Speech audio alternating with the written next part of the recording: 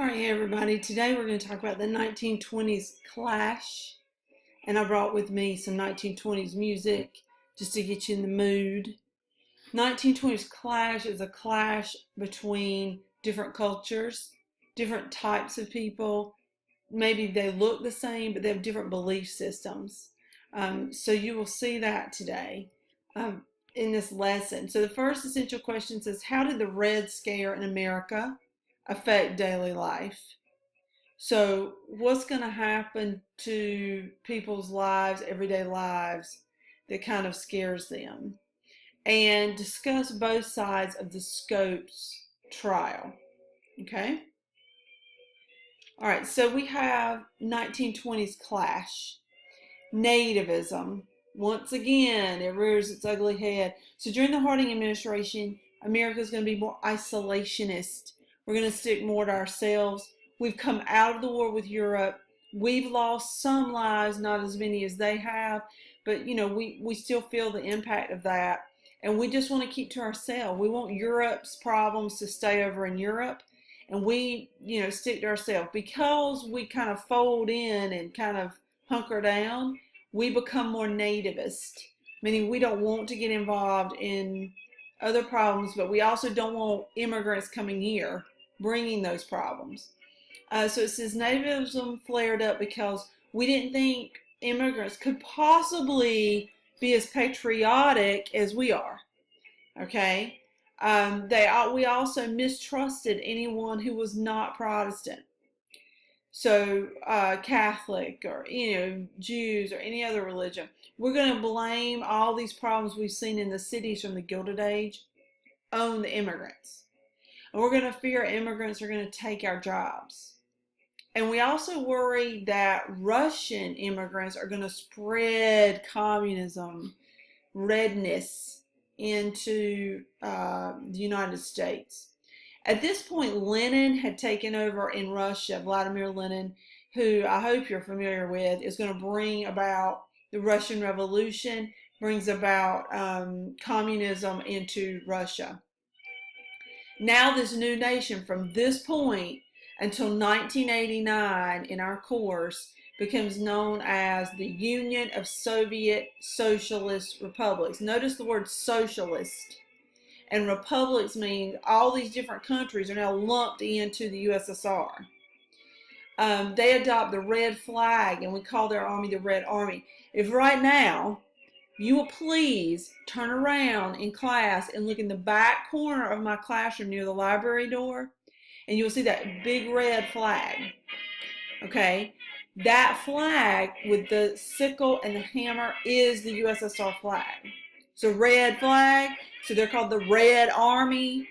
They're spreading their redness over into America. The communist country of USSR now believes the government owns all the land. One party controls everything, the Bolsheviks. And government is more important than me, the individual. So I should be expected to give up things I have as private citizen to help the government. Okay? In the U.S., there is this growing fear that communism is going to spread here. And we call this fear the Red Scare. Red meaning communist, scare. And we're afraid. So the Palmer raise, an explosion that happens at the home of Mitchell Palmer. He's Attorney General for the United States. That means like our top attorney in Washington. And when this bomb goes off at his home that does not kill him, but obviously hurts his property, he feels like it's a personal attack on him from all the communists that have infiltrated the United States. And they're attacking him because he's Attorney General. So he sets up a special division headed by J. Edgar Hoover, known as the FBI, Federal Bureau of Investigation. And they start raiding homes of suspected communists inside America. That's what the FBI does. They do inside America work. And they end up deporting 600. I should write that down. 600 suspects. 600. 600. I can't get it on there. 600. That's a lot of people, folks. to deport. You think Trump's big with it? I mean, Palmer was bigger. 600 people, especially during this time period, okay, when the population was much smaller in America. Oh, let me show you some pictures. Here's the Red Scare in America, a popular poster, which, you know, was like, they're coming to get us, you know, the commies are coming in. America under communism. Okay, so it looked very scary. Here's another cartoon I think is pretty cool. This is Mitchell Palmer. And you notice there's an American flag. And it's like he's chaining up, rounding up, tying up all the commies. See, this guy's helping him with the net. He's catching all the commies. Notice how many there are. So the idea was they're everywhere. And we need to round these people up. Okay? All right. So next, we'll talk about Sacco and Vanzetti, and then I'll show you a newspaper article. They are Italiano immigrants that are anarchists, so they believe in no government, and they're arrested for armed robbery and first-degree murder. But there was not a lot of evidence against them, and they are actually executed. Most people believe because of their beliefs, because they seemed kind of anti-American government. So therefore, they must be communists, right? We also, in our scaredness, set up the Emergency Quota Act, and I put the number sign here. Quota means number. And basically we said we're going to restrict immigration only 3% of the number of people in any ethnic group living here. So if there's 100,000 people here from Russia, we'll say, okay, only 3% of 100,000 can come in. More can come in. Okay, so we're really restricting how many more can come in. All right, now we're at the KKK once again. We now start to see this new Klan. The Klan that we saw in American One at the end of Reconstruction was targeting African Americans, right? Now they broaden their hate and they say, we're going to target Catholics, we're going to target Jews, we're going to target all immigrants, as well as, I mean, we don't want to leave out African Americans. So we're going to target all of these people. And we're going to be fighting for Americanism. What's wrong? Excuse me.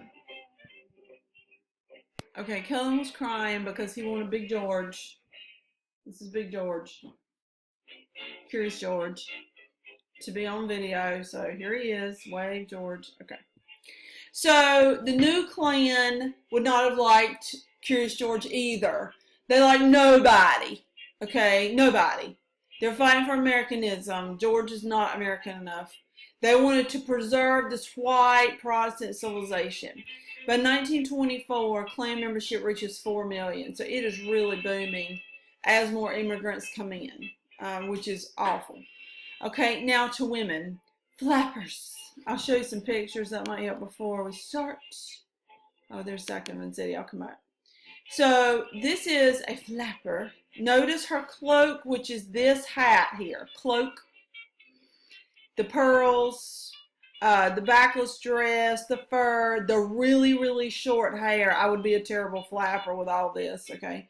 And dark lipstick. She would do things like smoke and drink, you know, really scandalous stuff here. She also wore her dresses to the knee, like almost above the knee. So short dresses, bob haircut. Now when I say short, not short like today, understand, like to the knee.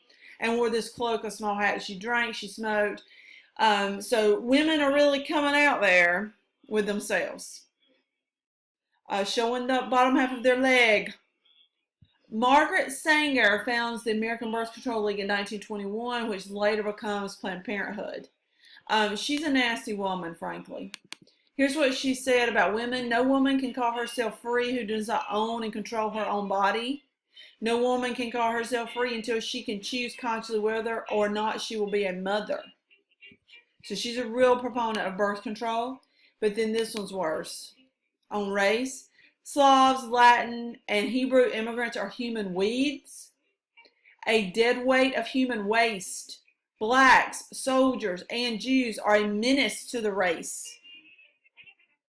She's actually in one of your stations going to push for eugenics, which is sterilizing certain races of women so that that race dies off and cannot reproduce. Okay, she pushes for, says, however, when a woman becomes pregnant during this time, she's expected to quit her job if she had one, which not a lot of women did, but if she did, she's expected to quit the job. Margaret Sanger doesn't like that either. Okay, prohibition. So we're also going to end the end of alcohol, the 18th Amendment, as you already know, but here is where it really hits. The idea was to stop drunks from beating their wives, to get rid of saloons, get rid of prostitution, because of course we're going to get rid of prostitution if we get rid of the booze, right? So people resisted, shocker.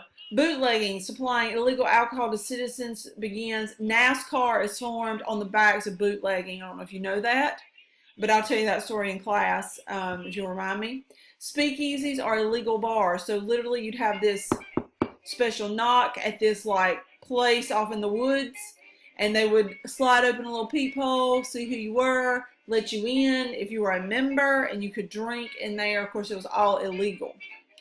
Al Capone is probably one of the most notorious gangsters in Chicago, and he brings about organized crime with bootlegging. He's also known as Scarface. He made $60 million a year bootlegging. I mean, it was all alcohol. I mean, we're not talking about drugs yet, okay? Just booze. He bought out all of Chicago's police, all their judges. You couldn't stop him. He does end up in jail for tax evasion because he doesn't pay his taxes. They don't even get him for all the murders and everything else. Also in the station, you'll watch a really cool video on him and all the people he killed.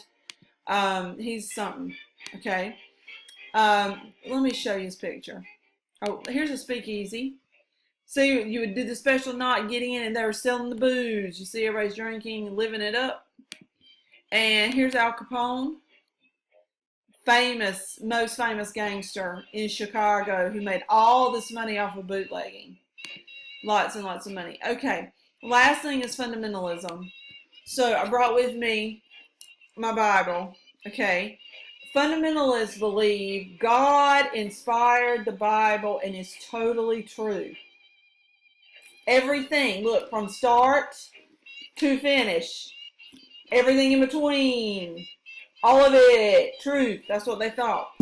They reject Darwin's theory of evolution.